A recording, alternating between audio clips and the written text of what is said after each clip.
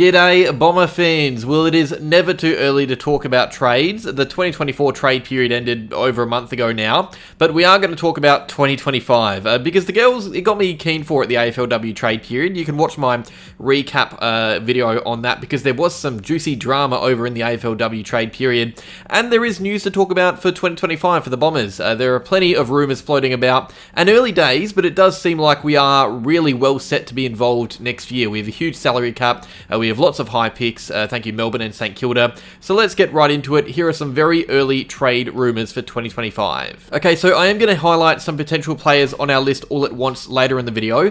But first, the only real concrete news thrown in the rumour mill regarding an Essendon player is Sam Draper and his contract. Draper becomes a restricted free agent in 2025, and it's already been confirmed pretty much that the Adelaide Crows are coming hard to get him. They obviously have very fragile ruck stocks over there. Riley O'Brien goes through an annual axing despite posting 30 to 40 hitouts a game. They want that around the ground ruck, and Draper is that. The question is, does Draper want to leave Essendon? So far the answer would be a no, just based on what he said when asked about this.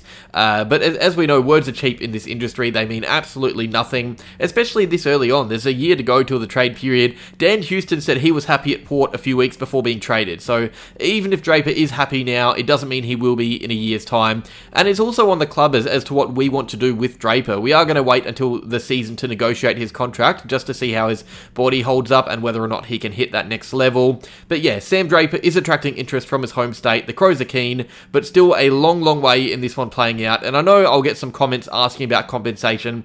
I think you can expect either band 1 or band 2 for Sam Draper. You really don't have to be a star to get band 1 or 2 compensation nowadays. So if Draper was to leave, it would likely be for a first round draft pick. Alright, the only free agent to talk about linked with the club, and I say linked very loosely, but there is apparently a bit of a feeling that Essendon will be one of the clubs to target Luke Davies-Uniacke from North Melbourne next year. That's a big one, by the way, LDU. He's a very good player. So we are obviously very interested in free agents. It's the best bit of business to be doing, to bring players in and keep your draft hand strong, because you don't, as a club, need to give away draft picks to get free agents. And with teams like North who struggle to retain players, it's a great target for big clubs like Essendon who can convince them to come across for those big games and crowds. LDU has been playing in losses at Marvel his whole career, and yes, it's not much better at Essendon, but it is better, and we are absolutely stacked with cash. We can put him on the spotlight more. I think it just makes sense to go for an elite midfielder like this to complement Merritt. We have a good midfield, but not a great one, and Merritt is the only player in it that that would walk into every other team in the competition. Every other engine room in the comp has a star or two, and Essendon have Merritt.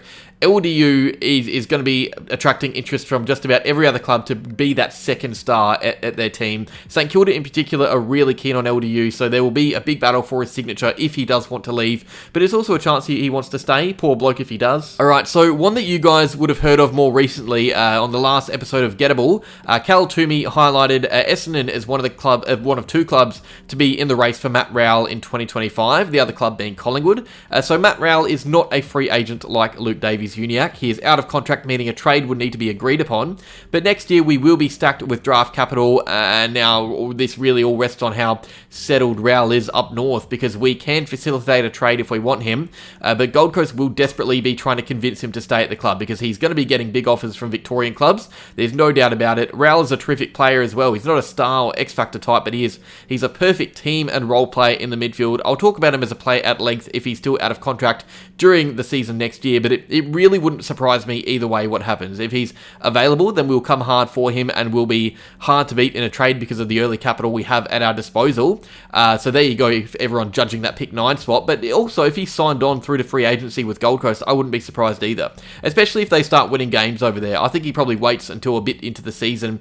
But yeah, keep an eye on this. And also, we have seen how easy the Suns are to trade with. So whoever is picked is likely going to be giving up not too much compared to other clubs, I guess. I think the Suns would want future picks instead of 2025 selections though, because they have a bid quite high up for Zeke Uland to match as well. Similar story to Matt Rowell, you've got Finn Callaghan, a GWS midfielder who's out of contract. He's not a free agent again, but so it'll require a trade, but he is still going to be getting massive offers from Victorian clubs, and that is where he is from originally, like Rowell and LDU. And we know how bad the Giants are at retaining players. They're also very willing to trade most of the time too, like the Suns. When you've got players leaving that often, it's hard hard to warrant a high price, so Callaghan wouldn't be as expensive as getting someone from a bigger club, I reckon. But also, he may want to stay. The Giants are a good club still. They could well challenge for a flag in 2025. It wouldn't surprise me. And it would be odd to see a young midfielder leave a club that high up the ladder to join Essendon, who are likely going to be stuck in the bottom half next year. Callaghan is going to be a sought-after player, more so than Rowell if he's available, maybe. And I think there are going to be Victorian clubs better placed to win him over, I guess, personally, but not many clubs with the picks and salary room for him. Harley Reid, I'm only including it because you guys will get annoyed if I don't. Nothing's going to be happening next year. The main watch, though, is whether or not he signs an extension next year, because he's currently contracted until 2026, and West Coast won't be trading him away for what he is worth. They won't be trading him next year. They'll be asking for 30 first-round draft picks in return. The price for Reid, while contracted, will just not be worth it, so don't bother about 2025. The watch is 2026, and whether or not he shows intention to stay next year by extending his current deal, because if he doesn't, he's going to enter 2026 out of contract, and all hell is going to break loose. But yeah, I'm pretty confident nothing happens here anytime soon. We'll watch this space, I guess, but not really for the near future. I know that'll probably frustrate a few of you guys. I personally don't mind waiting till he's out of contract for something to get done. I wouldn't want to be giving up 2 or 3 or 4 first-round picks to get one player through the door. Reid is very good, but he is not worth, he's not good enough to warrant ruining a draft handover. And before I highlight a few of our boys who I think could warrant some trade news, 2025 draft picks. So we have 2 in the first round, 2 in the second round, and something that has really nicely fallen into our lap after the Kako saga is the change of the draft value index. So clubs will now not be able to match bids easier with late picks like we can now, so they can't just complete easy, meaningless trades to get the value to match father, son, and academy bids. We pretty much traded away a future first-round pick, a current first-round pick for a future first-round pick, getting heaps of capital in through the doors as well.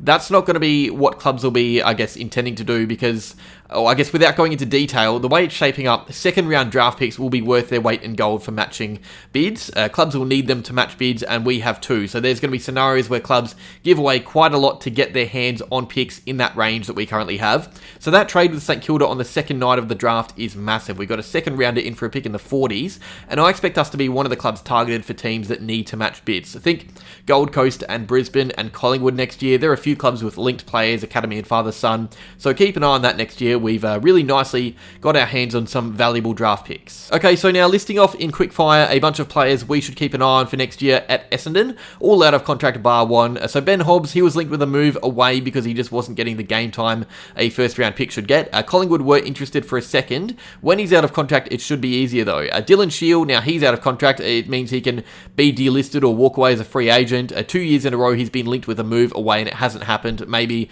third time lucky. Elijah Santas is the only one here contracted. He's contracted till 2026, but he was another who was involved in some trade talks. Jaden Laverde, he wanted to move away this year and couldn't get it. He wanted that job security, doesn't have it. He falls out of contract and may seek another move away if the club doesn't show faith in him again. Nick Bryan, now this has been regular talk on these trade videos for a while, but I think he has now earned his spot in the team and won't be pushed out into the VFL as much. If he is though, I would be shocked to see him stay, Will Setterfield and Zach Reid, those 2 guys are just not really playing enough. You need them to play more. If both suffer injury issues again, I'd be looking at them as being used as trade bait, to be honest. I really wouldn't be surprised. And there are probably some more that can pop up. This time last year, I didn't think Jake Stringer was going to be traded. Even a few months before he was traded, I didn't think he was going to go.